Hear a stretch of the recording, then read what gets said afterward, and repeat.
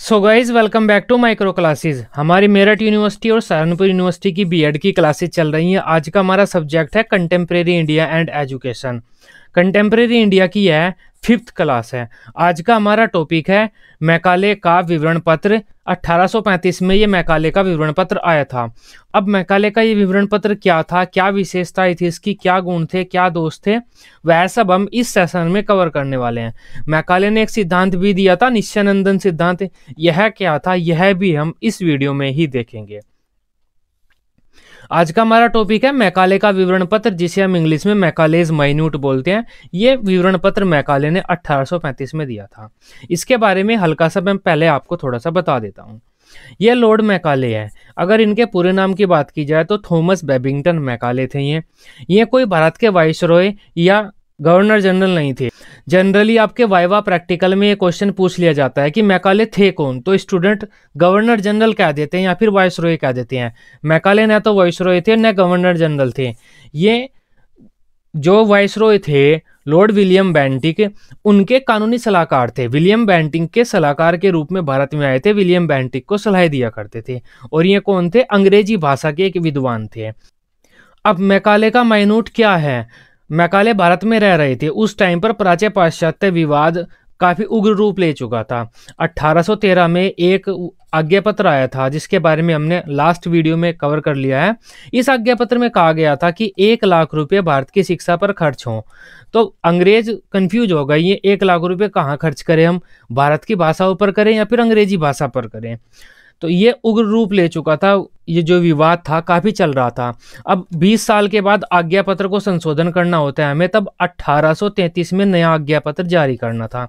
अब नया आज्ञा पत्र तो जब जारी करें हम, जब पहले आज्ञा पत्र की कंफ्यूजन दूर हो जाए। अब पहले आज्ञा पत्र की मेन कंफ्यूजन ये 1 लाख रुपए थे, मतलब प्राच्य पाश्चात्य विवाद था। तो जो हमारे गवर्नर जनरल थे विलियम बेंटिक साहब, उन्होंने मैकाले को कहा कि आप इस प्राच्य पाश्चात्य विवाद को खत्म करो, कोई मुझे सलाह दो, कोई एक रिकॉर्ड दिया डॉक्यूमेंट तैयार करके दो कि प्राच्य पाश्चात्य विवाद को कैसे खत्म किया जा सकता है और क्या करना चाहिए, और आगे भारत की शिक्षा की व्यवस्था किस प्रकार की जानी चाहिए। ये सारा काम विलियम बेंटिक ने मैकाले को दिया। मैकाले ने पूरा अध्ययन करके ये जो हमारा आज्ञा पत्र था, इस आज्ञा पत्र का और ये 1 लाख रुपए कहाँ खर्च किए जाने, इसका सब कुछ अध्ययन करके एक विवरण, अपना एक डॉक्यूमेंट तैयार करके विलियम बेंटिक को दिया। उस डॉक्यूमेंट को हम लॉर्ड मैकाले का विवरण पत्र कहते हैं। उस डॉक्यूमेंट में क्या लिखा हुआ था? प्राच्य पाश्चात्य विवाद का क्या किया जाना है, ये 1 लाख रुपए कहाँ खर्च किए जाने हैं, और भारत की शिक्षा व्यवस्था आगे कैसी होगी, उसके बारे में उस डॉक्यूमेंट में काफी कुछ लिखा हुआ था। अब हम इसके बारे में पढ़ते हैं थोड़ा सा। आप जनरल सा आइडिया आपको मिल गया होगा मैकाले कौन था या उसने क्या क्या किया। थॉमस बेबिंगटन मैकाले उस समय के governor general Lord William Bentinck की काउंसिल का कानूनी सलाहकार बनकर भारत में आया था। अब ये विलियम बेंटिक का एक कानूनी सलाहकार के रूप में भारत में आया था। मैकाले अंग्रेजी भाषा तथा अंग्रेजी साहित्य का विद्वान था। उसके लेखों ने उस समय सभी को चकित कर दिया था। अब ये एक अंग्रेजी भाषा का स्कॉलर था, मतलब काफी अच्छा विद्वान था ये। इस वजह से ही इसको शिक्षा का कार्य विलियम बेंटिक ने दिया, क्योंकि ये शिक्षा वगैरह से, भाषा वगैरह से पहले ही जुड़ा हुआ है। उन दिनों प्राच्य पाश्चात्य विवाद अपना उग्र रूप ले चुका था। विलियम बेंटिक गवर्नर जनरल थे, इनका काम था इस प्राच्य पाश्चात्य विवाद को खत्म करना। विलियम बेंटिक ने इस विवाद को सुलझाने के लिए एक समिति बनाई, लोक लेखा समिति। ये बंगाल की एक समिति। विलियम बेंटिक ने इस विवाद को सुलझाने के लिए बंगाल की एक लोक लेखा समिति बनाई और उस समिति का अध्यक्ष मैकाले को बना दिया। उस समिति का क्या अध्यक्ष बना दिया। विलियम बेंटिक गवर्नर जनरल थे। विलियम बेंटिक का क्या काम था? प्राच्य पाश्चात्य विवाद खत्म करना। विलियम बेंटिक ने एक समिति बनाई, लोक लेखा समिति। इस समिति का अध्यक्ष मैकाले को बना दिया और उस समिति को कहा, या फिर मैकाले को कहा, प्राच्य पाश्चात्य विवाद के संबंध में कोई ठोस निर्णय मुझे दो, ठोस तथ्य दो, इसको कैसे खत्म किया जा सकता है या फिर इस बारे में आगे क्या करना चाहिए हमें।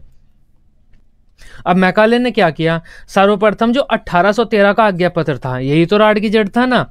सर्वप्रथम 1813 का जो आज्ञा पत्र था इसका अध्ययन किया। इस आज्ञा पत्र का जो अनुच्छेद 43 था, उस अनुच्छेद 43 का गंभीरता से अध्ययन किया। उसके बाद प्राच्यवादी तथा प्राच्यवादी जो दो गुट थे, उन दो गुटों ने जो जो बातें कही थी उनके लिखित तथ्यों तथा तर्कों का अध्ययन किया और इन सभी चीजों को गंभीरता से समझा। उसके बाद मैकाले ने 8 फरवरी 1835 को अपना एक डॉक्यूमेंट तैयार किया भारत की शिक्षा के बारे में, और ये 1 लाख रुपए कहाँ खर्च होंगे, प्राच्य पाश्चात्य विवाद का क्या किया जाना है, उस सब के बारे में एक अपना डॉक्यूमेंट तैयार किया जिसे हम उसका विवरण पत्र बोलते हैं। और उस विवरण पत्र को मैकाले ने गवर्नर जनरल की काउंसिल के समक्ष प्रस्तुत कर दिया। कब किया था, 8 फरवरी 1835 को। अभी 1835 याद रह जाएगा आपके तो 1835 लिख देना, 8 फरवरी याद रह जाए तो ये भी लगा देना साथ में। इस विवरण पत्र में मैकाले ने 1813 के आज्ञा पत्र के अनुच्छेद 43 की व्याख्या की, उस संबंध में ठोस निर्णय दिए तथा भारतीय शिक्षा व्यवस्था कैसी होगी इस संबंध में सुझाव दिए। अब आप समझ गए मैकाले कौन था। गवर्नर जनरल या वाइसरॉय ये नहीं था, ये एक कानूनी सलाहकार था। किसका था, विलियम बेंटिक का था। अगर आपके वाइवा प्रैक्टिकल में ये पूछा जाए आपसे कि मैकाले कौन था, तो आप कह सकते हैं विलियम बेंटिक की कानूनी समिति का जो सलाहकार था, या विलियम बेंटिक का एक सलाहकार था। ये अंग्रेजी भाषा का एक विद्वान था। ये चीजें आप वहां पर बोल सकते हैं, आपको वाइसरॉय नहीं बोलना है। अब मैकाले के विवरण पत्र के बारे में पढ़ते हैं। मैकाले का माइन्यूट क्या था, मैकाले के विवरण पत्र की विशेषताएं, या फिर मैकाले के विवरण पत्र में भारतीय शिक्षा संबंधी सुझाव। अब मैकाले ने अपना विवरण पत्र क्या दिया था, क्या क्या बातें बताई थी विलियम बेंटिक गवर्नर जनरल को भारतीय शिक्षा के बारे में। मैकाले ने अपने विवरण पत्र में 1813 के आज्ञा पत्र की व्याख्या करते हुए भारतीय शिक्षा के स्वरूप संबंधी कुछ सुझाव दिए, जो कि निम्नवत है। ये हेडिंग है, ये आप लिख सकते हैं वहां पर इस तरह से ही कि मैकाले ने भारतीय शिक्षा के बारे में कुछ सुझाव दिए। क्या क्या सुझाव दिए थे उसने, प्राच्य पाश्चात्य विवाद को खत्म करने के संबंध में अपने सुझाव दिए थे, शिक्षा को अंग्रेजी का माध्यम बना दिया था। मैकाले ने क्या किया था, भारतीय शिक्षाओं की और भारतीयों की इंसल्ट की थी। मैकाले ने कहा था कि भारतीय भाषाएं या भारतीय सभ्यता या भारतीय शिक्षा बेकार है, पिछड़ी हुई है, इसको खत्म कर दो, उसकी कोई जरूरत नहीं है। अंग्रेजी महान है, अंग्रेजी सभ्यता महान है, अंग्रेजी साहित्य महान है, तो अंग्रेजी को ही भारतीयों पर लगाओ और भारतीयों पर थोप दो। और इसी वजह से पहला व्यक्ति मैकाले माना जाता है जिसने अंग्रेजी को भारत में थोपा या अंग्रेजी भारत में लेकर आए। और कहीं पर भी आपको किसी नेता के भाषण में सुनने को मिलेगा कि मैकाले ने अंग्रेजी दी है या भारतीय सभ्यता जो खराब की है वो मैकाले ने की है। मैकाले का नाम आपको बार बार सुनने को मिल जाता है नेताओं के भाषण में, इसी वजह से मिलता है क्योंकि पहला व्यक्ति जिसने अंग्रेजी को भारत में लाया या भारतीयों पर थोपा वो मैकाले ही था। जो भारतीय ज्ञान है वो बेकार है, जो पाश्चात्य ज्ञान है या अंग्रेजी की शिक्षा है वो बहुत अच्छी है, भारतीयों को दी जानी चाहिए। सारे नियम कानून भारतीयों के लिए अंग्रेजी में बना दो। और नित्यानंदन का एक सिद्धांत दिया इसने, इसकी हम बाद में चर्चा करेंगे इसी वीडियो में। तो ये मैकाले ने अपनी इस माइन्यूट में कहा था, उस विवरण पत्र में कहा था। अंग्रेजी की तारीफ की थी, भारतीय भाषाओं की इंसल्ट की थी और अंग्रेजी के ऊपर में 1 लाख रुपए खर्च करने के लिए कहा। अंग्रेजी अंग्रेजी अंग्रेजी, पूरा सब कुछ इसने अंग्रेजी अंग्रेजी कहा। अब एक एक करके समझ लेते हैं मैकाले ने अपने विवरण पत्र में क्या क्या कहा था। सबसे पहले हेडिंग है हमारी प्राच्य पाश्चात्य विवाद के संबंध में तर्क। इसने अपने प्राच्य पाश्चात्य विवाद के बारे में अध्ययन करके अपने कुछ तर्क प्रस्तुत किए। 1813 के आज्ञा पत्र में 3 मुद्दे थे जो मुख्य रूप से विवाद के थे। अगर हम पूरे रूप से देखें तो 3 मुद्दे निकल कर आते हैं 1813 के आज्ञा पत्र में। पहला तो यह था जो आवंटित धनराशि थी वह 1 लाख रुपए, उसका व्यय कैसे हो, किस पर कैसे खर्च की जानी चाहिए वो, या फिर किस प्रकार कौन खर्च कर सकता है उसे। दूसरा था साहित्य शब्द का क्या अर्थ है, साहित्य से क्या मतलब है, भारतीय भाषाओं के साहित्य है या फिर अंग्रेजी भाषा का साहित्य है। तीसरा था विद्वान शब्द या फिर भारतीय विद्वान शब्द का मतलब क्या है, कौन होते हैं भारतीय विद्वान, भारत के में लोग जो अंग्रेजी भाषा के विद्वान है या फिर भारत के में लोग जो भारतीय भाषाओं के विद्वान है। तो ये 3 पॉइंट कन्फ्यूजन के थे 1813 के आज्ञा पत्र में। इन 3 पॉइंट को मैकाले ने अपने अनुसार व्याख्या किया। इन 3 पॉइंट की मैकाले ने क्या कहा, मैकाले ने अपने घोषणा पत्र में इन 3 तथ्यों की व्याख्या निम्न रूप से की। पहला तथ्य क्या था, धनराशि के व्यय कैसे हो, धनराशि के व्यय की व्याख्या।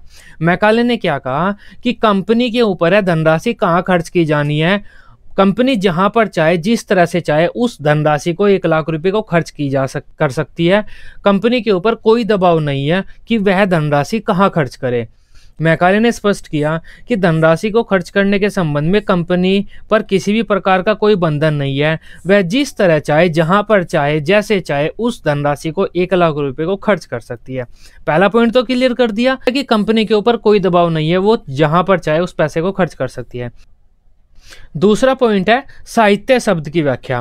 मैकाले ने साहित्य शब्द की व्याख्या करते हुए लिखा है कि 1813 का जो चार्टर्स एक्ट था उसमें जो साहित्य शब्द दिया हुआ है, उस साहित्य शब्द का अर्थ अंग्रेजी साहित्य से, न कि संस्कृत, हिंदी, उर्दू, फारसी, अरबी साहित्य से। सीधा सीधा सा मतलब उसका अंग्रेजी साहित्य से है। उसने अंग्रेजी साहित्य की प्रशंसा करते हुए लिखा है कि एक अच्छे यूरोपीय पुस्तकालय की एक अलमारी संपूर्ण भारतीय साहित्य के बराबर होगी। तो उसने भारतीय भाषाओं की, भारतीय साहित्य की इंसल्ट किया है। मैकाले ने क्या लिखा है, एक अच्छे यूरोपीय पुस्तकालय की एक अलमारी, मतलब अंग्रेजी साहित्य की एक अलमारी पूरे भारतीय साहित्य के बराबर होगी, ये मैकाले ने लिखा था। तो साहित्य के बारे में मैकाले ने ये कहा कि अंग्रेजी साहित्य, ये साहित्य का मतलब हिंदी और उर्दू, फारसी, अरबी, संस्कृत साहित्य के पीछे मत भागो, वो सब बेकार है। विद्वानों की व्याख्या या फिर भारतीय विद्वानों शब्द की व्याख्या।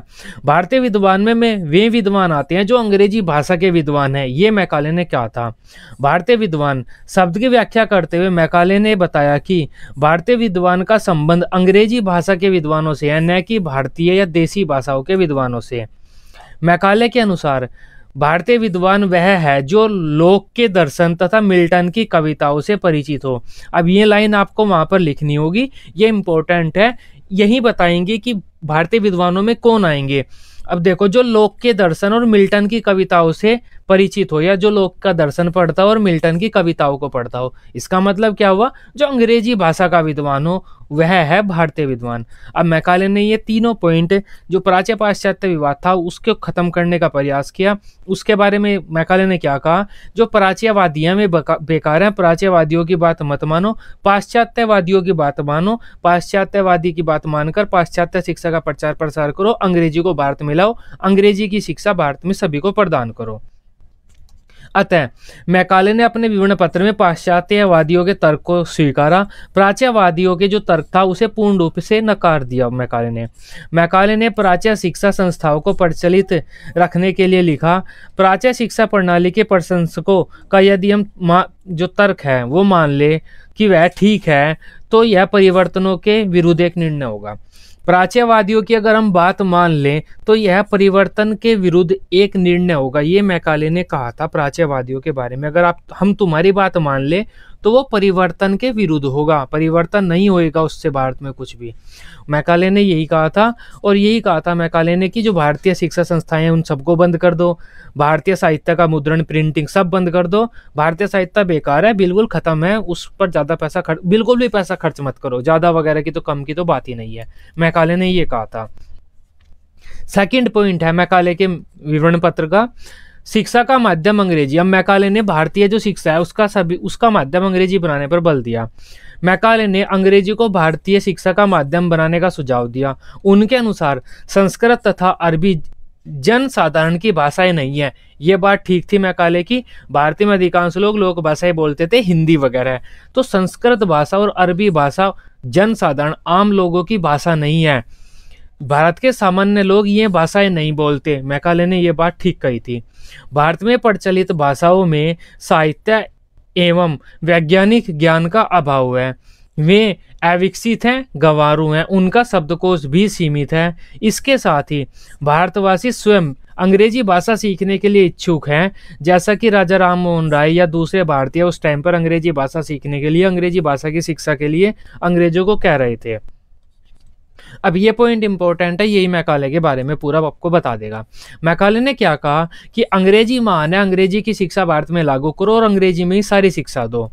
भारत के जो भारतीय भाषाएं हैं जिनमें हम शिक्षा प्रदान करते हैं, कौन कौन सी भाषाओं में शिक्षा प्रदान की जा रही थी? सबसे पहले तो संस्कृत में की जा रही थी, अरबी फारसी में की जा रही थी, पोली में की जा रही थी।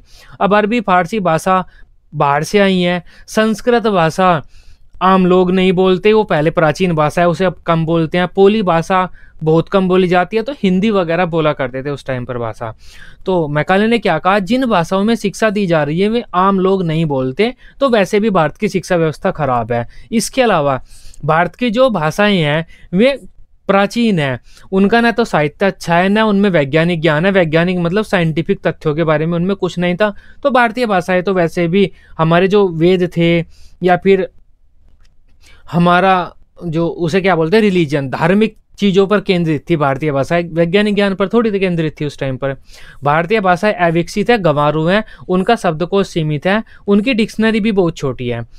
इसके साथ ही भारतवासी स्वयं भी इंग्लिश सीखने के लिए इच्छुक थे, इंग्लिश सीखना चाहते थे। भारतवासी भी क्यों सीखना चाहते थे, एक तो भारत में इतनी सारी भाषाएं हैं, अगर कोई भी व्यक्ति आंदोलन करना चाहता है अंग्रेजों के खिलाफ, वो कैसे करेगा। उत्तर प्रदेश का व्यक्ति बात ही नहीं कर सकता पंजाबी से, पंजाबी व्यक्ति बात ही नहीं कर सकता केरल वाले से, तो आंदोलन कैसे करेंगे मैं। इस वजह से अंग्रेजी भी सीखना चाहते थे जो पढ़े लिखे भारतीय थे। जैसे राजा राम मोहन राय थे, राजा राम मोहन राय ने एक पत्र भी लिखा था अंग्रेजों को कि भारत में अंग्रेजी की व्यवस्था की जाए, अंग्रेजी शिक्षा पाकर भारतवासी भी अपने आप का उत्थान कर सकते हैं। मैकाले ने क्या कहा कि प्राच्य शिक्षा संस्थाओं पर पैसा खर्च करना मूर्खता है, इनको तुरंत बंद किया जाना चाहिए। जो प्राच्य भाषाओं का साहित्य है उसके प्रिंटिंग पर भी बंद कर दो, बिल्कुल उस पर भी बैन लगा दो प्रिंटिंग पर। इसके साथ ही अंग्रेजी भाषा में शिक्षा प्रदान करो और जो सारा पैसा है वो अंग्रेजी भाषा में खर्च करो। अंग्रेजी भाषाओं की जो नए स्कूल है उनका सर्जन करो, तो नई संस्थाओं, अंग्रेजी भाषाओं की नई संस्थाओं का सर्जन किया जाना चाहिए, ये मैकाले ने कहा था। तीसरा पॉइंट, प्राच्य ज्ञान व साहित्य की शिक्षा निरर्थक। मैकाले ने क्या कहा था, जो प्राच्य ज्ञान है और साहित्य है उसकी शिक्षा देना भारतीयों के लिए बेकार है, वो काम नहीं आएगी उनके। भारतीय साहित्य के बारे में मैकाले ने लिखा है कि भारतीय धर्म ग्रंथ अंधविश्वासों और मूर्खतापूर्ण तथ्यों से भरे पड़े हैं। यह बात कुछ ना कुछ हद तक सही भी थी, क्योंकि भारत में उस टाइम पर टोटके, अंधविश्वास, जातिवाद, छुआछूत, भेदभाव इतना कुछ था और वो धार्मिकता के कारण ही था। तो कुछ ना कुछ बात मैकाले सही भी कह रहा था उस टाइम पर, और तभी मैकाले की बात मानी गई थी। इन्हें पढ़ना लिखना निरर्थक है। भारतीय साहित्य का मजाक बनाते हुए मैकाले ने लिखा है कि एक अच्छे यूरोपीय पुस्तकालय की एक अलमारी संपूर्ण भारतीय साहित्य के बराबर होगी। अब देखो, मैकाले ने भारतीय साहित्य की बुराइयों को सामने रखा, लेकिन भारतीय साहित्य बहुत गंभीर, बहुत महान, बहुत अच्छा है। जो ब्रिटिश साहित्य, अंग्रेजी साहित्य है उससे तो बहुत गंभीर है भारतीय साहित्य। भारतीय साहित्य की सभी बातें समझना बहुत मुश्किल है, लेकिन भारतीय साहित्य में जो हल्की हल्की सी बुराइयां थी ना, वे बुराइयां मैकाले ने पकड़कर सबके सामने रख दी। वो भेदभाव वाली, अंधविश्वास वाली, मूर्खतापूर्ण तथ्य वाली, कि एक आदमी ने फूंक मारी और 10 लोग उड़ने लगे। तो ऐसे ऐसे बातें में जो कहानियां प्रचलित होती है ना, वे मैकाले ने सबके सामने रखी। संस्कृत के साहित्य पर प्रहार करते हुए मैकाले ने लिखा है कि ये की है, क्या हम ऐसे साहित्य और विज्ञान को पढ़ाएंगे जो अत्यंत निम्न कोटि का है, जबकि हम संपूर्ण इतिहास व दर्शन का ज्ञान छात्रों को करा सकते हैं। इतिहास ऐसा है जिसमें 77 फीट राजाओं का वर्णन है, 77 फीट लंबे राजाओं का वर्णन है इतिहास में। भूगोल ऐसा है जिसमें सिरे तथा मक्खन का वर्णन है। ज्योतिष ऐसा है जिस पर अंग्रेजी स्कूल की जो बालिकाएं हमें हंस पड़ेंगी। तो इस तरह से मैकाले ने भारतीय साहित्य की बुराई की। अब ये बात इसकी अच्छी नहीं थी भारतीय साहित्य की इस प्रकार बुराई करना, क्योंकि मैकाले भारतीय साहित्य के बारे में ज़्यादा नहीं जानता था और नहीं उसने उसे पढ़ा था पूरा। इतिहास ऐसा है जिसमें 77 फीट लंबे राजाओं का वर्णन है। उस टाइम पर इतनी जानकारी नहीं थी, लेकिन आज ऐसे स्कल मिल रही हैं, ऐसी अवशेष मिल रहे हैं जो इतने लंबे थे, लोग पहले हुआ करते थे, अब आज मिल रहे हैं अवशेष। भूगोल ऐसा है जिसमें सिरे तथा मक्खन का वर्णन है। सीधी सी बात है, ये सिरे मक्खन से मतलब हो जाता है हमारा आयुर्वेद। आयुर्वेद को वे नहीं मानते थे, वे अपनी दवा बट्टी को मानते थे जो उनके एलोपैथी है। ज्योतिष ऐसा है जिस पर अंग्रेजी स्कूल की बालिकाएं हंस पड़ेंगी। इस तरह से मैकाले ने लिखा है, जो कि सही बात नहीं थी उसकी। मैकाले ने अपने विवरण पत्र में सुझाव दिया कि संस्कृत तथा अरबी विद्यालयों पर धन नया खर्च किया जाए, उन्हें तुरंत बंद कर दिया जाए, उनके मुद्रण व प्रकाशन पर भी रोक लगा देनी चाहिए, अंग्रेजी पर बल दिया जाना चाहिए। तो जो प्राच्य साहित्य है वो बेकार है, ये मैकाले ने कहा। नेक्स्ट पॉइंट मैकाले ने क्या कहा, भारतीयों के लिए पाश्चात्य शिक्षा की आवश्यकता है। पाश्चात्य शिक्षा भारतीयों के लिए आवश्यक है।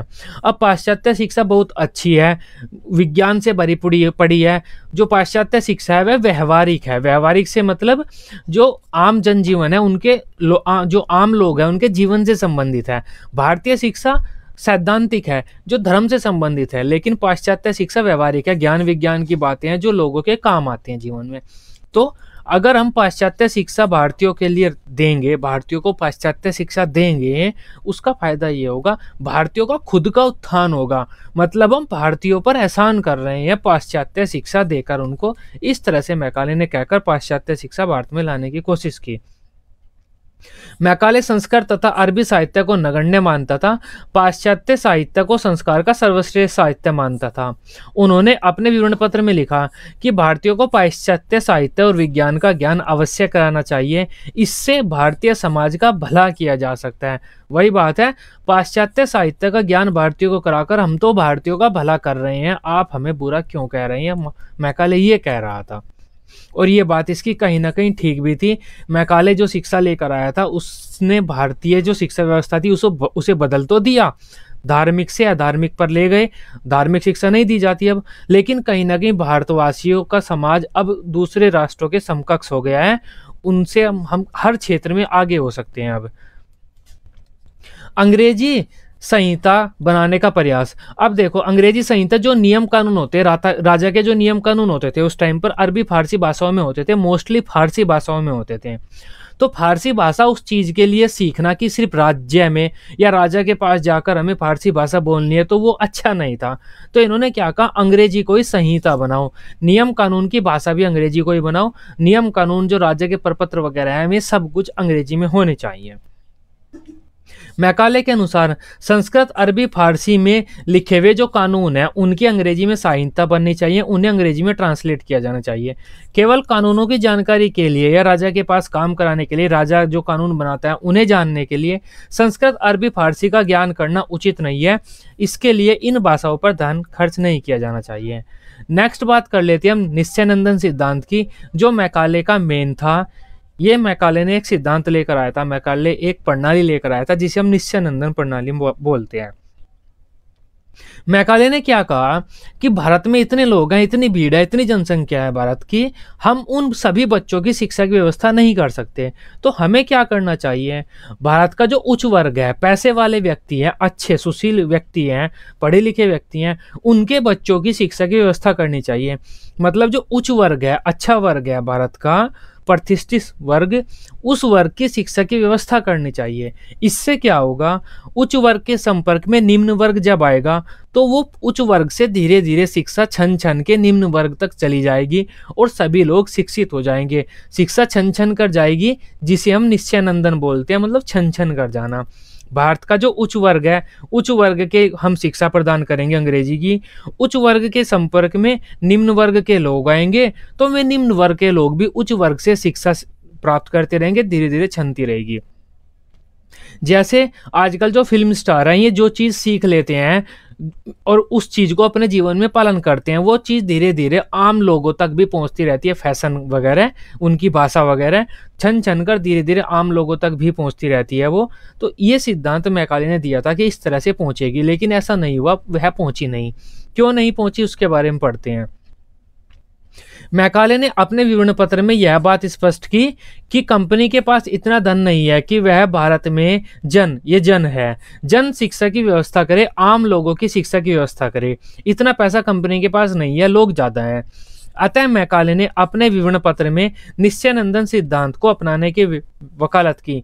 निश्चयानंदन सिद्धांत मतलब फिल्ट्रेशन थियरी, इसे हम फिल्ट्रेशन थियरी बोलते हैं। निश्चयानंदन से तात्पर्य है छानना।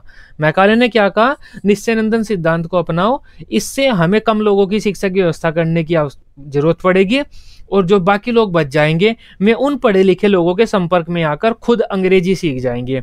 यह मोस्ट इंपॉर्टेंट पॉइंट है, शॉर्ट क्वेश्चन में और वेरी शॉर्ट क्वेश्चन में पूछा जाता है निश्चयानंदन सिद्धांत क्या था, और प्रैक्टिकल वाइवा में भी आपका एग्जामिनर काफी पूछता है, इसे निश्चयानंदन सिद्धांत क्या है मुझे बताओ। अब निश्चयानंदन सिद्धांत का मतलब है छानना, अर्थात इस सिद्धांत के अनुसार अगर भारत के उच्च वर्ग को अंग्रेजी शिक्षा दी जाए तथा अंग्रेजी संस्कृति की शिक्षा प्रदान कर दी जाए, उच्च वर्ग को जो अच्छा पढ़ा लिखा या फिर पैसे वाला वर्ग था उसे अंग्रेजी शिक्षा प्रदान कर दी जाए, तो वह छन छन कर स्वयं निम्न वर्ग तक पहुंच जाएगी। मैकाले का मानना था कि कंपनी को केवल उच्च वर्ग के लिए ही शिक्षा की व्यवस्था करनी चाहिए। इससे उच्च वर्ग में पाश्चात्य संस्कृति का विकास होगा। पाश्चात्य संस्कृति मतलब अंग्रेजों की संस्कृति का विकास होगा। उच्च वर्ग में उच्च वर्ग के लोग अंग्रेजों की तरह ही हो जाएंगे। वैसे ऐसा हो गया, उच्च वर्ग के लोग अब अंग्रेजों की तरह ही हो गए हैं। जो भारत में अच्छे व्यक्ति हैं अब तो उच्च वर्ग के क्या, अब तो निम्न वर्ग के भी हो गए हैं। हम पूरा अंग्रेजों की तरह ही हो गए हैं। हमारा रहन सहन, खान पान, कपड़े पहनना सब कुछ अंग्रेजों की तरह ही हो गया है। भारतीय सभ्यता, भारतीय संस्कृति अब कहीं भी नहीं है। पहले हम हाथ से खाना खाया करते थे, जमीन पर बैठा करते थे, धोती पहना करते थे, तो वो कपड़े पहनना सब खत्म हो गया है हमारा, जिसका प्रभाव धीरे धीरे निम्न वर्ग पर भी पड़ेगा। इससे कंपनी को कर्मचारी आसानी से मिल जाएंगे जो आम जनता के बीच संदेश वाहक का कार्य करेंगे। मैकाले ने क्या कहा, अंग्रेजी की शिक्षा की व्यवस्था करो भारत में, उससे क्या फायदा होगा, कंपनी को कर्मचारी, हमारी कंपनी में काम करने के लिए, हमारे ऑफिसों में, दफ्तरों में काम करने के लिए बाबू आसानी से मिल जाएंगे। और में जो कर्मचारी हैं वे धीरे धीरे दूसरे भारतीय लोगों से मिलेंगे, जिन्हें हमने शिक्षा दी है, वे लोग धीरे धीरे दूसरे भारतीय लोगों से मिलेंगे, तो वे भी हल्का हल्का सा जो हमारी संस्कृति है, हमारी भाषा है, वो दूसरे भारतीय लोगों को छन छन कर धीरे धीरे पहुंचाते रहेंगे। लॉर्ड ऑकलैंड ने इस सिद्धांत की व्याख्या करते हुए क्या लिखा था, इस सिद्धांत को लॉर्ड ऑकलैंड ने काफी अच्छा माना और इस सिद्धांत की व्याख्या करते हुए, तारीफ करते हुए क्या लिखा, सरकार को समाज के उच्च वर्ग को ही शिक्षा प्रदान करनी चाहिए, इससे जिससे सभ्यता छन छन कर आम जन तक भी पहुंच जाए। लेकिन यह सिद्धांत बुरी तरह से विफल हुआ। जैसा कि इस सिद्धांत के बारे में सोचा गया था कि उच्च वर्ग की शिक्षा व्यवस्था करने पर वह छन छन कर निम्न वर्ग तक पहुंच जाएगी और निम्न वर्ग के लोग उसके संपर्क में आकर स्वयं ही विकसित हो जाएंगे या फिर शिक्षित हो जाएंगे। क्या माना गया था इस सिद्धांत में, उच्च वर्ग की शिक्षा की व्यवस्था करो, धीरे धीरे छन छन कर वह निम्न वर्ग तक पहुंच जाएगी। उच्च वर्ग को हम अपनी सभ्यता की जानकारी दे दें, निम्न वर्ग के लोग धीरे धीरे उच्च वर्ग के संपर्क में आकर जो इंग्लैंड की सभ्यता है वह धीरे धीरे निम्न वर्ग तक भी पहुंच जाएगी। लेकिन हो गया इसका बिल्कुल उल्टा। क्या हो गया, उच्च वर्ग के लोग, ऐसे लोग जिन्होंने अंग्रेजी भाषा की शिक्षा ली थी, वे अंग्रेजी भाषा की शिक्षा लेकर अंग्रेज दफ्तरों में काम करने लगे, अंग्रेजों के साथ रहने लगे, अंग्रेजी भाषा में उनके साथ बातचीत करने लगे, मतलब में पैसे वाले हो गए, पैसे वाले लोग। और दूसरे जो भारतीय हैं जो हिंदी भाषा बोलते थे वे गरीब रह गए। तो इन दोनों में भेदभाव पैदा हो गया, मैं पैसे वाला, मैं अमीर, तू गरीब, तू भारतीय, तू मेरे से दूर हो, क्योंकि भेदभाव तो पहले ही था भारत में, वो भेदभाव थोड़ा और बढ़ गया। ये जो पैसे वाले लोग हो गए जिन्होंने अंग्रेजी भाषा की शिक्षा ली, अंग्रेज ऑफिसों में काम करने लगे, ये आम लोगों से दूर हो गए, इन्होंने खुद को पृथक कर लिया, अपने आप को अलग कर लिया तथा उन लोगों का शोषण करने लगे। तो भारत में भेदभाव बढ़ गया उल्टा इस सिद्धांत से। यह सिद्धांत फेल तो हुआ ही, लेकिन भारत में भेदभाव बढ़ाकर चला गया। ये मैकाले का विवरण पत्र था। मैकाले ने ये सारी बातें अपने विवरण पत्र में बताई थी और भारतीय शिक्षा व्यवस्था किस प्रकार की रहेगी वो बताया था। अब आप मैकाले के बारे में काफी कुछ समझ गए होंगे। उसने अंग्रेजी भारत में लाई थी। अंग्रेजी भाषा को लाने वाला व्यक्ति कौन है? मैकाले ही है। इंटरव्यू में आपके कहीं पर भी जो वाइवा प्रैक्टिकल है वहां पर क्वेश्चन पूछा जाता है कि भारत में अंग्रेजी लाने का श्रेय किसे दिया जाता है? वो मैकाले को दिया जाता है, क्योंकि मैकाले ही देखो पहला व्यक्ति था जिसने ये कहा था कि अंग्रेजी भारत में आनी चाहिए। अब मैकाले के विवरण पत्र के क्या गुण थे, उन गुणों की बात कर लेते हैं। हम दोस्त की बाद में बात करेंगे, यह भी इंपॉर्टेंट पॉइंट है। पूछ लिया जाता है कि मैकाले के क्या गुण थे, क्या दोष थे। मैकाले के विवरण पत्र के कुछ गुण थे, कुछ दोष थे। दोष हम बाद में पढ़ेंगे। अब बात कर लेते हैं मैकाले के विवरण पत्र के क्या गुण थे, या फिर हम इसे ऐसे भी कह सकते हैं मैकाले ने भारतीय शिक्षा में क्या योगदान दिया, क्योंकि जो उसके गुण थे वही उसने योगदान दिया है भारतीय शिक्षा में। मैकाले का भारतीय शिक्षा पर क्या प्रभाव पड़ा? जो मैकाले के गुण थे वही प्रभाव पड़ा भारतीय शिक्षा पर।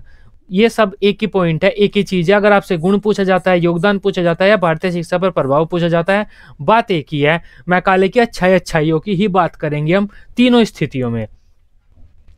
ये हेडिंग है मैकाले के ये जो गुण था क्या क्या थे, या भारतीय शिक्षा पर उसने क्या क्या प्रभाव डाला। प्राच्य पाश्चात्य विवाद के विषय में सुझाव दिए, ये उसके गुण था, भारतीय शिक्षा पर प्रभाव डाला। प्राच्य पाश्चात्य लड़ाई बज रही थी, वो बंद हो गई, कम तो हुई है, पूरी तरह से बंद नहीं हुई थी, हल्का सा कम हो गया था प्राच्य पाश्चात्य विवाद मैकाले के बाद, लेकिन बंद नहीं हुआ था। प्रगतिशील शिक्षा की वकालत की थी इसने, अंग्रेजी को भारत में लाया था, पाश्चात्य ज्ञान विज्ञान के द्वार खोल दिए थे, पाश्चात्य शिक्षा में प्रदान करनी शुरू कर दी थी। तो हम लोगों को पाश्चात्य शिक्षा भी मिल गई, पाश्चात्य ज्ञान विज्ञान जो था, ये आजकल सारा हिस्ट्री ज्योग्राफी पॉलिटिक्स इकोनॉमिक्स जो भी हम पढ़ रहे हैं, ये एक तरह से पाश्चात्य ज्ञान विज्ञान की देन है। जो हमारा मैथ है, बायोलॉजी है, ये अब जो हम पढ़ रहे हैं, ज्योग्राफी पढ़ रहे हैं, ये सब पाश्चात्य से ही तो आया है। धार्मिक शिक्षा इसने बंद कर दी, भारत में जागरूकता का उदय किया, और काफी कुछ इसने किया था। जो गुण थे वे हम एक एक करके पढ़ते हैं। अब सबसे पहला पॉइंट है हमारा प्राच्य पाश्चात्य विवाद के विषय में इसने सुझाव दिया, उसको खत्म करने का प्रयास किया और काफी हद तक कम कर दिया था मैकाले ने। तो ये एक इसका गुण था मैकाले का। मैकाले के विवरण पत्र का सबसे अच्छा विशेषता या सबसे अच्छा मैकाले के विवरण पत्र का यह गुण था कि उसने प्राच्य पाश्चात्य विवाद के संबंध में तर्कपूर्ण सुझाव दिए तथा उसे समाप्त करने का प्रयास किया, जिससे विवादों में फंसी भारतीय शिक्षा की प्रगति पुनः शुरू हो जाए या पुनः शुरू हो सकी। अब उस टाइम पर 1,00,000 रुपये ऐसे ही वेस्टेज पड़े हुए थे, ये कहीं पर भी खर्च नहीं हो रहे थे। 1813 से हर साल 1,00,000 रुपये भारतीय शिक्षा पर खर्च होने थे, लेकिन 1833 आ गया था, 20 साल हो गए थे, ये 1,00,000 रुपये मतलब 20 लाख रुपये ऐसे ही वेस्ट हो गए थे जो भारतीय शिक्षा पर खर्च होने थे, वे खर्च नहीं हुए थे। इसका मतलब क्या हुआ, भारतीय शिक्षा की प्रगति रुकी हुई थी। मैकाले ने इस विवाद को खत्म करने का प्रयास करके मैकाले ने क्या किया, इस विवाद को खत्म करके ये जो प्रगति थी भारतीय शिक्षा की उसको शुरू किया, और वो 1,00,000 रुपये जो वेस्ट हो रहा था उसको भारतीय शिक्षा में लगाया। मैकाले भारत में पाश्चात्य साहित्य तथा ज्ञान विज्ञान का प्रचार प्रसार करना चाहता था, जिसके लिए उसने धारा 43 की व्याख्या चतुराईपूर्ण तरीके से की, और अपनी चतुराई के लिए वह प्रशंसा का पात्र है, क्योंकि जो कमियां उसने भारत की बताई थी वह कहीं ना कहीं हल्की हल्की सी थी भारतीय सभ्यता में। तो उसने कमियों को ज़्यादा बढ़ा चढ़ाकर दिखाकर अपनी बात दूसरों को मनवा ली। तो अपनी बात मनवाने के लिए ये प्राच्य पाश्चात्य ये सुझाव खत्म करने के लिए विवाद वह एक प्रशंसा का पात्र है। प्रगतिशील शिक्षा की वकालत। अब भारत में प्राचीन टाइम से ही शिक्षा चली आ रही है। कैसी शिक्षा चली आ रही है? धार्मिक शिक्षा चली आ रही है। और अगर हम कोई भी शिक्षा में परिवर्तन नहीं करते हैं अपनी, उस शिक्षा को हम अप्रगतिशील शिक्षा बोलते हैं। लेकिन अगर हम अपनी शिक्षा में समय समय पर परिवर्तन कर रहे हैं टाइम के अनुसार, उस शिक्षा को हम प्रगतिशील शिक्षा बोलते हैं। तो मैकाले ने प्रगतिशील शिक्षा की वकालत की। मैकाले ने क्या कहा? धार्मिक शिक्षा बेकार है, इसे अब बंद करो, अब टाइम नहीं है धार्मिक शिक्षा का, टाइम आ गया है हम औद्योगिक शिक्षा का। तो औद्योगिक, व्यावसायिक व व्यवहारिक शिक्षा दो। तो मैकाले ने भारतीय शिक्षा की व्यवस्था को बदल दिया, जिसे हम प्रगतिशील शिक्षा बोलते हैं। प्रगतिशील शिक्षा मतलब प्राचीन शिक्षा की व्यवस्था में परिवर्तन कर नवीन शिक्षा की व्यवस्था करना प्रगतिशील शिक्षा कहलाता है। उस समय भारत में जो प्राचीन शिक्षा दी जा रही थी वह रूढ़िवादी थी। रूढ़िवादी मतलब प्राचीन थी, पुराने टाइम से चली आ रही है।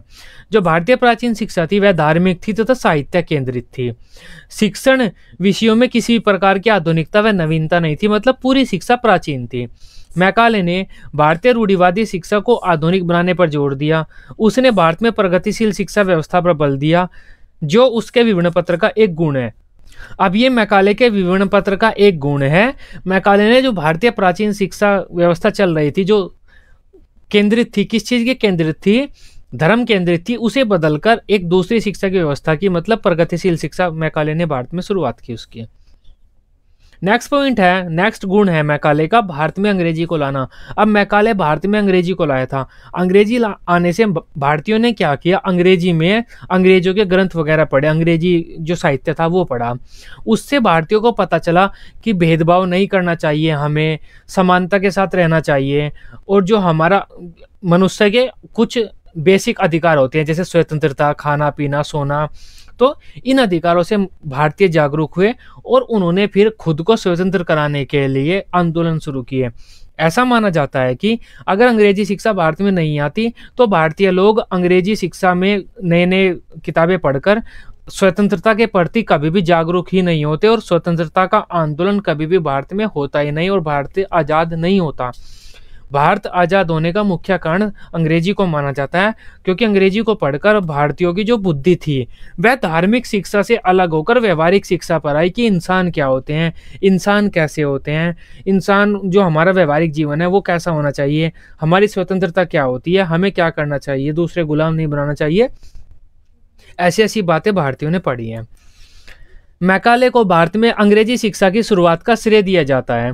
यह भारतीयों के लिए उस समय बहुत महत्वपूर्ण था। बहुत से भारतवासी स्वयं भारत में अंग्रेजी शिक्षा की व्यवस्था चाहते थे, जैसे कि राजा राममोहन राय के पत्र से भी प्रतीत होता है। ये मैं पहले बता चुका हूँ आपको।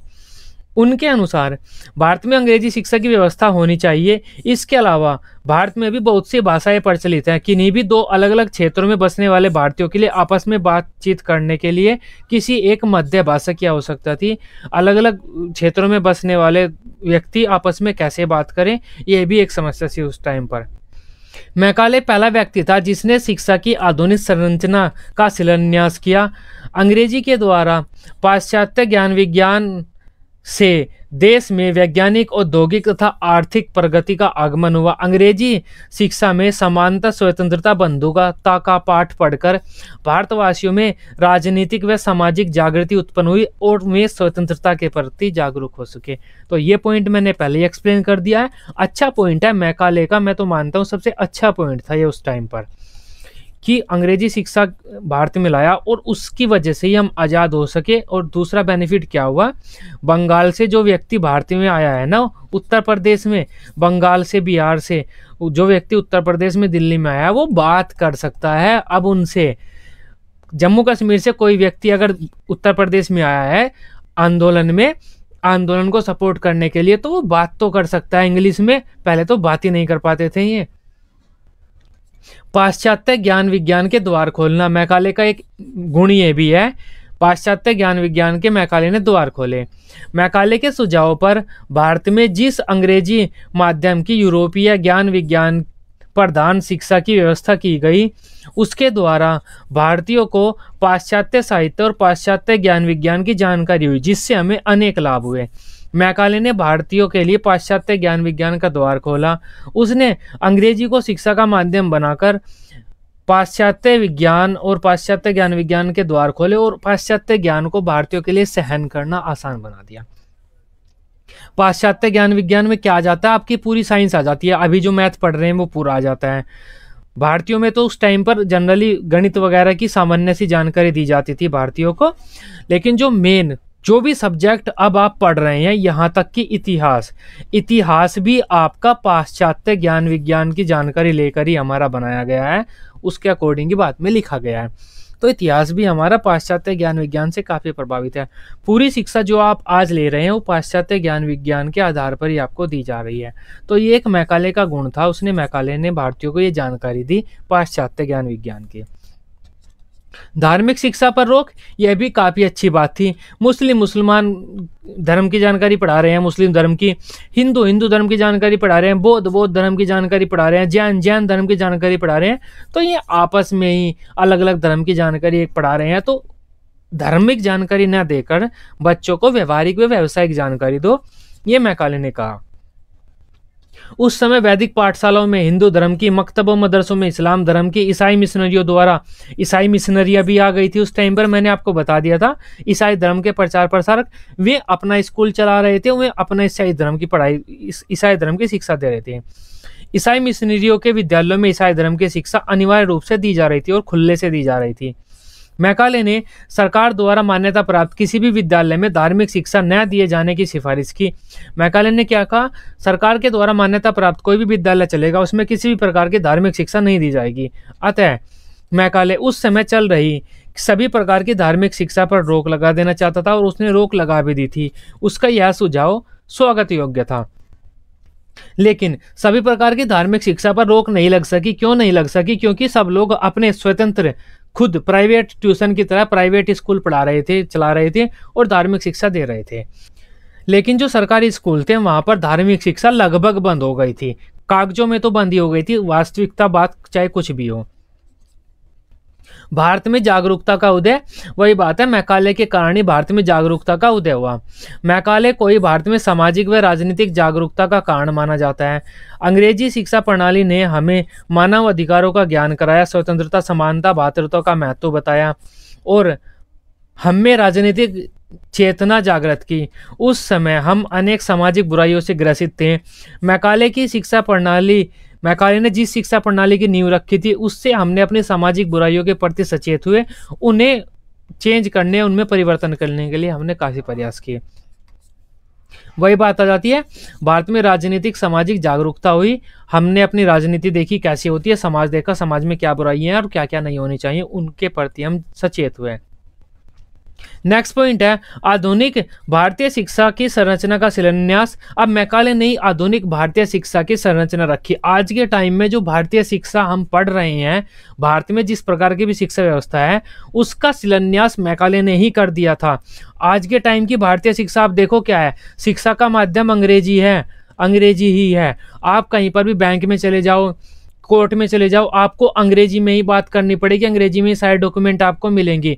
यही तो मैकाले ने कहा था कि अंग्रेजी को भारतीय शिक्षा का माध्यम बनाओ और जो भारतीय नीतियां हैं, भारतीय संविदा है, सब कुछ अंग्रेजी में बनाओ। यही तो मैकाले ने कहा था और यही आजकल हो रहा है। और भारत में जो ज्ञान विज्ञान की शिक्षा दो, वो पाश्चात्य ज्ञान विज्ञान की दो, जो अंग्रेजों ने सिद्धांत बनाए हैं विज्ञान के बारे में, और वही तो आज हम पढ़ रहे हैं। हम अपने विज्ञान में, अपने गणित में क्या सिद्धांत पढ़ते हैं? जो अंग्रेजों ने सिद्धांत बनाया, अंग्रेज जो हमारे वैज्ञानिक हुए ज्यादातर उनके बारे में तो पढ़ते हैं। तो मतलब क्या हुआ, मैकाले ने जो शिक्षा की व्यवस्था की थी वही आधुनिक समय तक चली आ रही है। तो हम कह सकते हैं आधुनिक भारतीय शिक्षा का जो शिलान्यास किया था वो मैकाले ने ही किया था। वर्तमान समय में हम जो शिक्षा की व्यवस्था भारत में देख रहे हैं वह मैकाले की ही देन है, क्योंकि मैकाले के अंग्रेजी शिक्षा तथा पाश्चात्य ज्ञान विज्ञान को बढ़ावा देने के कारण उस समय देश में बहुत से अंग्रेजी स्कूल खुल गए थे, जिनमें अंग्रेजी माध्यम में पाश्चात्य ज्ञान विज्ञान की शिक्षा प्रदान की जाती थी। मैकाले के बाद जो भी आज्ञा पत्र आया या फिर शिक्षा नीति बनाई गई, उसके लिए मैकाले के द्वारा बनाई गई शिक्षा की संरचना को बदलना बहुत ही मुश्किल हो गया, जिस वजह से मैकाले की शिक्षा नीति को ही सबने आगे बढ़ाया और उसमें परिवर्तन करने के लिए किसी ने भी ठोस कदम नहीं उठाया। नई शिक्षा नीति की घोषणा।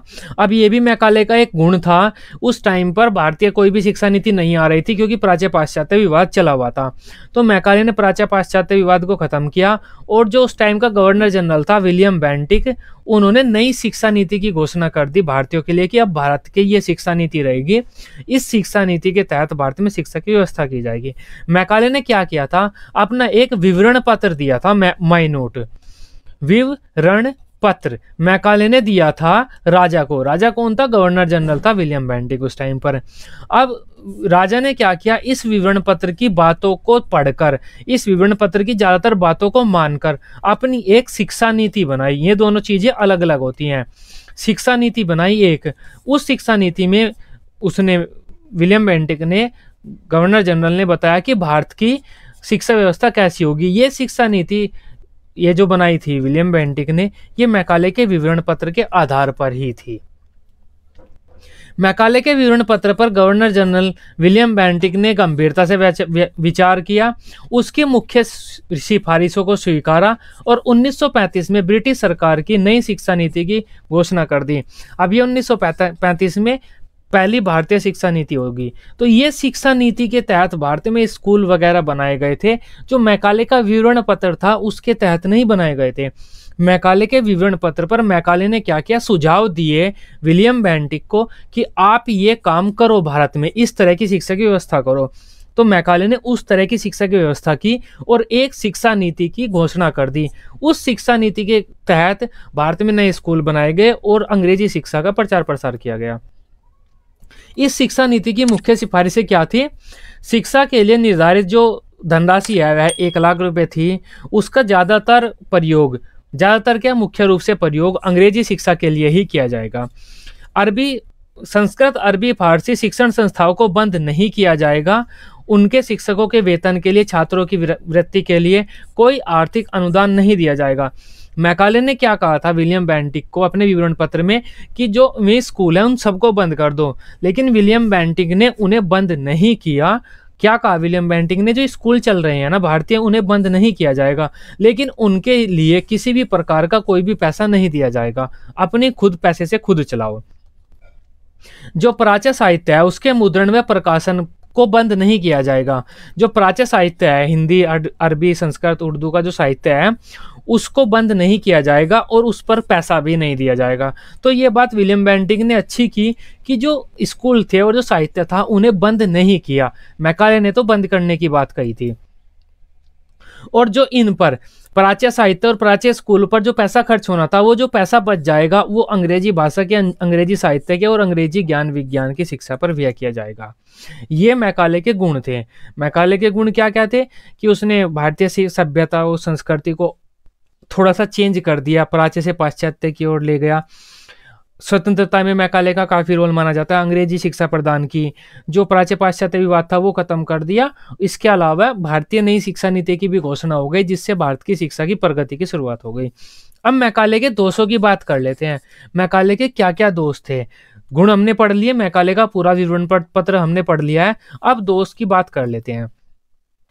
ये हेडिंग लिखी हुई है दोषों के बारे में। दोष आपसे पूछे जाते हैं तो कोई भी 5, 6, 7, 8, 9, 10 जितने भी आप लिखना चाहे वे दोष हेडिंग बनाकर आप लिख सकते हैं। ये सब कुछ आपने पढ़ लिया है। धारा 43 की पक्षतापूर्ण व्याख्या की मैकाले ने, उसका एक दोष था। जो प्राच्यवादी थे उनको बिल्कुल खत्म कर दिया, पाश्चात्यवादियों को ही माना, मतलब पक्षतापूर्ण भेदभाव तरीके से व्याख्या की। क्या व्याख्या की थी वो हमने पढ़ लिया है। शिक्षा का माध्यम अंग्रेजी भाषा को बनाया, ये भी हमने पूरा पढ़ लिया है, हेडिंग पूरी पढ़ लिया। ये मैकाले ने शिक्षा का माध्यम अंग्रेजी भाषा को बना दिया था। भारतीयों की मातृभाषाएं दूसरी थी, अंग्रेजी को शिक्षा का माध्यम बना दिया था, जो कि एक गलत बात थी। शिक्षा का माध्यम किसी भी बच्चे के लिए क्या होना चाहिए, उस बच्चे की मातृभाषा होना चाहिए। किसी भी बच्चे की कोई भी मातृभाषा है वही उसकी शिक्षा का माध्यम होनी चाहिए। लेकिन अंग्रेजी एक विदेशी भाषा थी, विदेशी भाषा को भारतीयों के लिए शिक्षा का माध्यम बनाना एक गलत बात थी मैकाले की, जो कि आधुनिक मनोविज्ञान के नियम के खिलाफ है। भारतीय साहित्य का अपमान, अब उसने भारतीय साहित्य का अपमान पूरा मस्ती से किया था। नेक्स्ट पॉइंट है हमारा भारतीय साहित्य का अपमान। मैकाले ने भारतीय साहित्य का अपमान किया था, वो भी हम पूरा पढ़ चुके हैं, उसके बारे में भी आप लिख सकते हैं दोष में। भारतीय भाषाओं की उपेक्षा, मैकाले ने भारतीय भाषाओं की भी उपेक्षा की थी, उनकी निंदा की थी।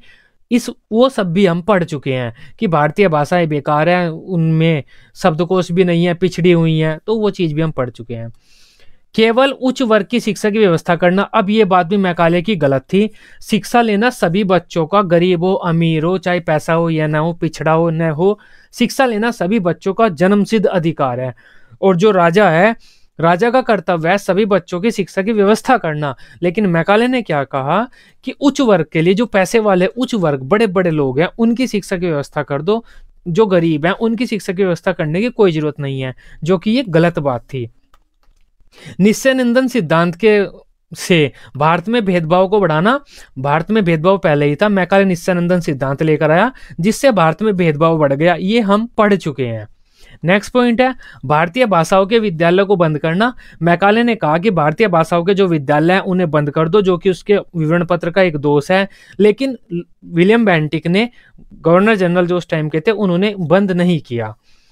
भारतीय मुद्रण को बंद कर देना, भारतीय साहित्य के मुद्रण को, ये भी मैकाले ने कहा था, लेकिन बंद नहीं किया गया था। लेकिन ये बातें मैकाले के विवरण पत्र में लिखी हुई हैं, जो कि दोष है उस विवरण पत्र का। चाहे ये बातें गवर्नर जनरल ने न मानी हो मैकाले की, लेकिन ये लिखी हुई है। धार्मिक शिक्षा की उपेक्षा करना, अब देखो धार्मिक शिक्षा उस टाइम पर गलत थी भारतीयों के लिए, क्योंकि उसमें व्यवहारिकता नहीं थी। लेकिन धार्मिक शिक्षा का भी बहुत गुण होता है, धर्म की जानकारी मिलती है, बच्चे विनम्र होते हैं, चोरी चपाटी, गुस्सा नहीं करते, दूसरों की बेइज्जती नहीं करते, बड़ों का सम्मान करते हैं। धार्मिक शिक्षा से हमारा चारित्रिक व नैतिक विकास होता है। तो मैकाले ने धार्मिक शिक्षा की उपेक्षा की, जो कि ये गलत बात थी। हल्की फुल्की कहीं ना कहीं धार्मिक शिक्षा दी जानी चाहिए थी। शिक्षा का उद्देश्य बाबू तैयार करना, और जो मैकाले शिक्षा भारत में लाना चाहता था या लेकर आया था, उसका उद्देश्य जो अंग्रेज ऑफिस है उन ऑफिस के लिए कर्मचारी तैयार करना, बाबू तैयार करना था। अंग्रेजी शिक्षा देंगे हम तो हमें अंग्रेजी शिक्षा लिए हुए, अंग्रेजी बोलने वाले भारतीय कम पैसों पर मिल जाएंगे, इस वजह से हमें अंग्रेजी शिक्षा भारत में देनी चाहिए, ये बात मैकाले ने कही थी। तो जो ऑफिस है ना, अंग्रेज ऑफिस, उन ऑफिसों में बाबू तैयार करने के लिए भारत में शिक्षा की व्यवस्था की गई थी। तो ये मैकाले के विवरण पत्र के दोष थे। अब बात कर लेते हैं निष्कर्ष की। अब मैकाले के कुछ गुण भी थे, कुछ दोष भी थे। अब मैकाले कंफ्यूजन में ही है। आज के टाइम में भी कुछ व्यक्ति मैकाले को अच्छा मानते हैं, कुछ व्यक्ति मैकाले को बुरा मानते हैं। उसी के बारे में यहाँ पर कुछ बातें लिखी हुई हैं। निष्कर्ष क्या निकलता है मैकाले के विवरण पत्र का? मैकाले को उसके शैक्षिक प्रयासों के लिए दोष देना उचित नहीं है। उसने भारतीय शिक्षा को एक नया मोड़ दिया। दादा भाई नौरोजी ने मैकाले के संबंध में क्या खूब लिखा है। मैकाले को हम दोष दे रहे हैं, उसने भारत की बेइज्जती की, भारतीय सभ्यता की बेइज्जती की, भारतीय भाषाओं की बेइज्जती की। भारतीय भाषा पूरी पाश्चात्य हो गई। अब हम भारतीय पूरे पाश्चात्य हो गए। जो भारत की संस्कृति थी वह कहीं ना कहीं अब बहुत दूर चली गई है हमसे। हम भारत की संस्कृति को फॉलो नहीं कर रहे हैं।